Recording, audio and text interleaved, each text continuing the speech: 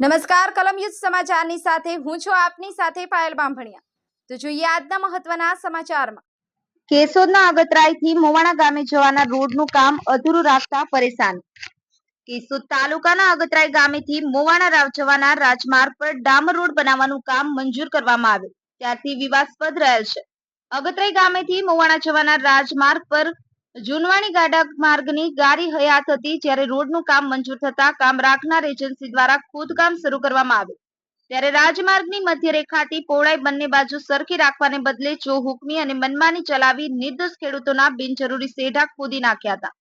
અસર કરતા ખેડૂતોની રજૂઆત ધ્યાને લેવામાં આવી ન હતી, ઉપરાંત જવાબદાર કચેરી દ્વારા પણ આંખ આડા કાન ધર્યા હતા। હાલમાં અગતરાય ગામેથી મોવાણા ગામે જવાના રાજમાર્ગ પર ડામર રોડનું કામ અધૂરું રાખતા ખેડૂતો પશુપાલકો ચોમાસામાં હેરાન પરેશાન થઈ રહ્યા છે। કેશોદના અગતરાય ગામેથી મોવાણા ગામે જવાનો રસ્તો અધૂરો રાખતા ખેતીકામ માટે ખેતરમાં આવવા જવામાં પારાવાર મુશ્કેલીનો સામનો કરવો પડે છે।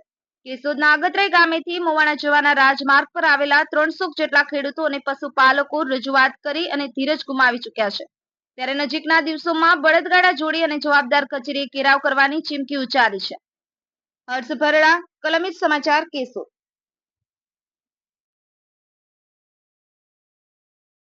આ જુનાગઢ જિલ્લાના કેશોદ તાલુકાનો મોવાણા ગામનો રાજમાર્ગ છે, અગતરાય ટુ મોવાણા। આ માર્ગ 6 કિલોમીટરનો છે। 4 કિલોમીટર આમાં આજથી 5 વર્ષ પહેલાં ડામર પટ્ટીમાં થઈ ગયેલો છે અને 2 કિલોમીટર બાકી છે। 2 કિલોમીટર એવી પોઝિશન છે, ખેડૂતો ઓછામાં ઓછા 300 ખેડૂતો આ બાજુ છે। હાલવા માટે ચોમાસામાં 5 મહિના એવી પરિસ્થિતિ થાય, સમજી લો કે કોઈ માણસ ખેડૂત વાડીએ જઈ શકતો નથી, અથવા તો બીજાના ખેડૂતોની વાડીમાં થઈને જવું પડે, એવો આ માર્ગ છે, સમજી લો। એટલે આ અમે સરકારને ઘણી વખત રજૂઆત કરી, છતાંય સરકાર આમાં કોઈ ધ્યાન દીધું નથી। ચૂંટણી ટાણે મતદારો બધા આવતા હોય, અમે તમારું આ કાર્ય કરી દેવું એ રીતે 5 વર્ષ વયા ગયા।